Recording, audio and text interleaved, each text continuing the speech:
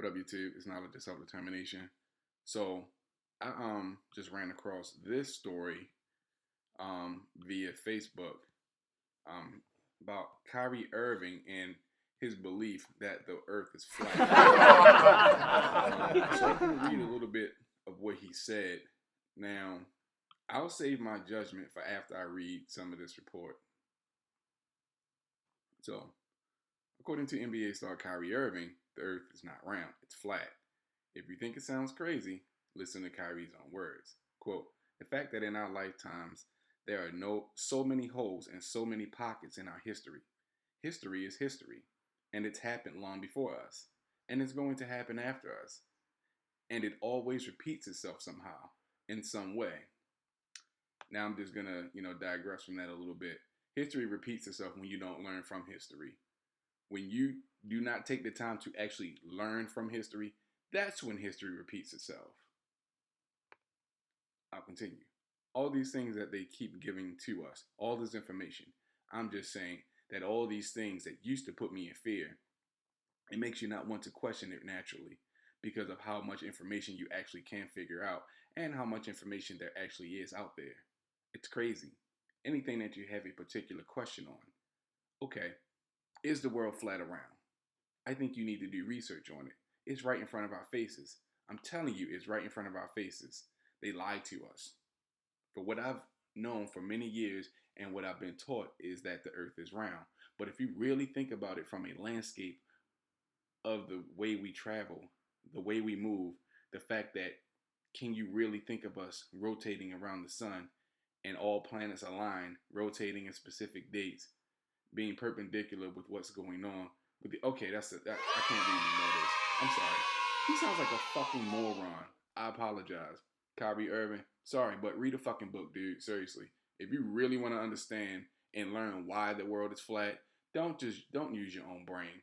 There's plenty of information out there. Plenty of people that are way smarter than the two of us. You can listen to Lawrence Krauss. You can go and listen to Neil deGrasse Tyson. He has a remarkable way of explaining these things in the simplest terms so that even laymen can understand it. There's too much data, too much information out there for you to be running off your own steam. I'm sorry, dude, but just keep playing basketball. And this is why people need to rediscover a passion for education and learning, because a person such as himself, who is a quote unquote NBA star, has influence over the minds of the youth. They have influence over people in the way they think, especially kids. And I'm just saying, dog, stick to fucking basketball, because obviously physics is not your specialty. Does it sound crazy? It doesn't sound so crazy to me as it sounds like he's a complete fucking moron. But again, that's my opinion. I think he sounds idiotic. But anyway, I'm going to end this video. I'm gonna leave the link to this in the description box, so you guys can read the full article yourself. There's no video for this. It's just it's it's just an interview. Okay. Now at the end, I didn't even see this at the end. I guess whoever did the article, they put at the end the NBA needs to start enforcing their marijuana but apparently, I'm not the only one that thinks he sounds like a complete fucking idiot, because his explanation, it doesn't even make sense. Like, it makes absolutely no sense. Anyway, I'm done going in on this dude, but man, look, hey, you like basketball? There's nothing wrong with liking basketball. I like basketball. But stick to playing basketball, dude. Stick to jump shots. Stick to not, not getting fouls and teched out of games. Stick to perfecting your craft. But if you actually want to learn something, actually talk to people who actually know the science. That's what they get paid for. And I do want to touch on one other thing too. He said that anything we send out in space doesn't come back. Are you fucking serious? When we send those deep space probes and things like the Hubble telescope out into space, we're not looking for those to come back. We're looking for the images that they capture to come back. With the sounds that those probes capture, we want those things to come back and transmit those sounds back to us. Their purpose is not to come back, but to continue to send us information about space and regions that we can't reach. If nothing that we send into space come back, then how come all those fucking astronauts end up coming back to the planet? Anyway, yeah. Please read. This is a public service announcement. Please read. Study science. It's interesting. Read Science Magazine. Listen to Dr. Lawrence Krauss. Read his books. Listen to Dr. Neil deGrasse Tyson, who is an actual astrophysicist.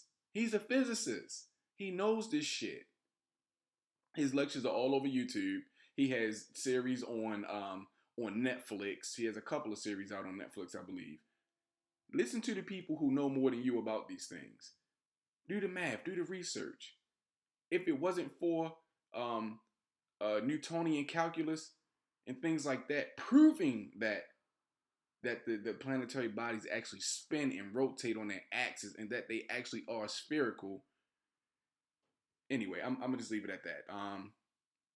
Knowledge of self-determination, like, learn, and subscribe. And please do not take your information from sports stars.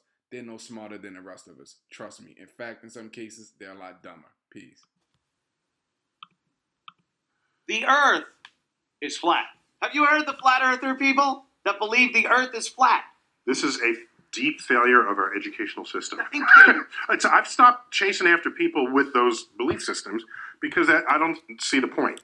There's something deeper going on in our society that somehow enables people to believe they're making cogent arguments that they're not. They're not. So you know what? I think it is. The way we teach science is you're just some empty vessel and we pour the science into you and then you regurgitate it on an exam. Right. Whereas science is a way of thinking. It's a way of understanding and probing the operations of nature. You get enough pieces to then add your own curiosity and innovative, and that's how you proceed. That's how you proceed. But you need to know what. So I to the point where I wrote an op-ed a few weeks ago, maybe a couple of months ago, titled "What Science Is and How and Why It Works." It's on my Facebook page. Just put that title in Google, you'll find it. And I tried to show people that science is a way of understanding. Right. You can't just pull stuff out of your ass and claim that it's science. That it's science. Because you throw some science words behind it.